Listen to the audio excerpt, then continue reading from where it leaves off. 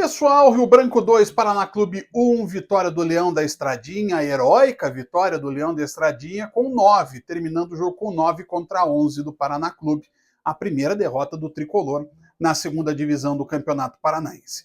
Primeiro, era óbvio que um dia isso iria acontecer. Nenhum time vai chegar, mesmo tendo absoluta superioridade técnica diante dos adversários em uma competição, vai ganhar todos os jogos de uma fase. É óbvio que o Paraná não iria fazer isso. Aconteceu num jogo em que o Paraná enfrentou pela primeira vez um ambiente adversário, né? Primeiro jogo fora, mas um jogo fora com características de jogo como visitante. Apesar da presença expressiva da torcida do Paraná ao estádio Fernando Charbot Fará. O problema é que o campo é do adversário, havia torcida também do adversário, o adversário tinha ganas extras para ganhar o jogo, né? A gente sempre falou, e eu falei algumas vezes sobre isso nos últimos dias, sobre a questão de um encerramento de relação estremecido entre o Paraná Clube e o Marcos Amaral, que hoje toca o Rio Branco.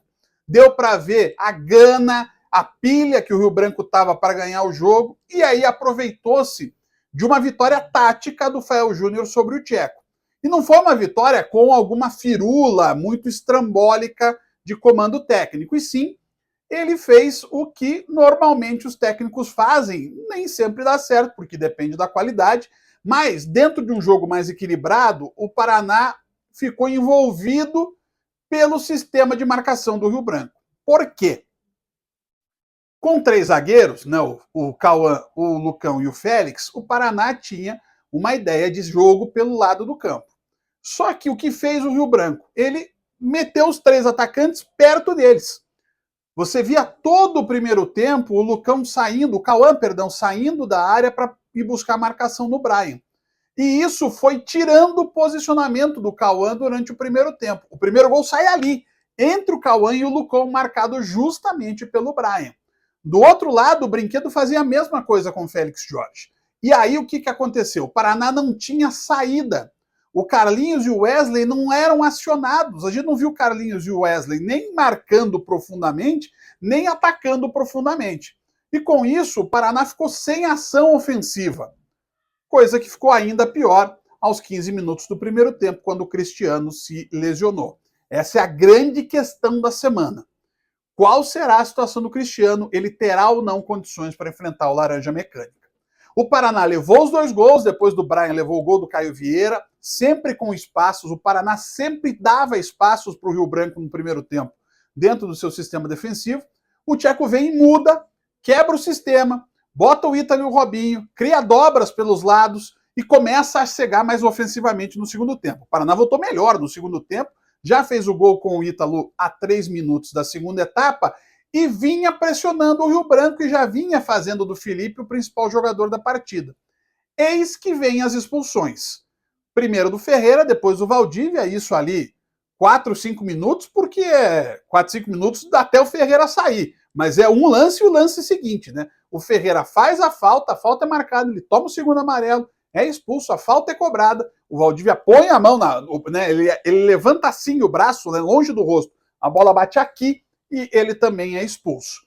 Só que aí o Paraná não teve competência para buscar nem o empate, nem a virada, que eram possíveis. Foram 28 minutos com 2 jogadores a mais que o Paraná Clube teve em relação ao Rio Branco. O Paraná não conseguiu sair da retranca, o Rio Branco concentrou seus jogadores na linha defensiva, né? A gente fala muito sempre de 2 linhas de 4, 2 linhas de 4. Dessa vez eram as 2 linhas de 4 e só, porque eram só 8 na linha que o Rio Branco tinha. E o Paraná não conseguiu chegar, cruzou muita bola na área, teve bate-rebate, teve uma outra tentativa, mas poucos arremates reais a gol daqueles que obrigariam o Felipe a trabalhar, apesar de ele ter trabalhado pelo menos em um lance na reta final da partida. Uma vitória heróica, uma vitória que o Rio Branco construiu no primeiro tempo e na segunda etapa o Paraná não conseguiu buscar nem mesmo o empate. Acabou o mundo? Tá tudo errado? Não, é claro que não. O Paraná já tem um desafio no sábado que vem, em casa, contra o Laranja Mecânica, na volta à Vila Capanema, mas fica claro que o futebol, ele é sempre... O futebol, ao mesmo tempo que é apaixonante, ele é cruel, porque o esquema que deu muito certo contra o Apucarana não funcionou, definitivamente não funcionou diante do Rio Branco. Mas agora o Tcheco tem essa semana toda para saber como montar o melhor time para enfrentar o Laranja Mecânica e voltar a vencer, porque é bom lembrar, tem que ficar entre os 4 e, se possível, em primeiro e segundo, para decidir a semifinal dentro de casa, na Vila Capanema, ou no Couto, ou na Arena da Baixada. Um abraço.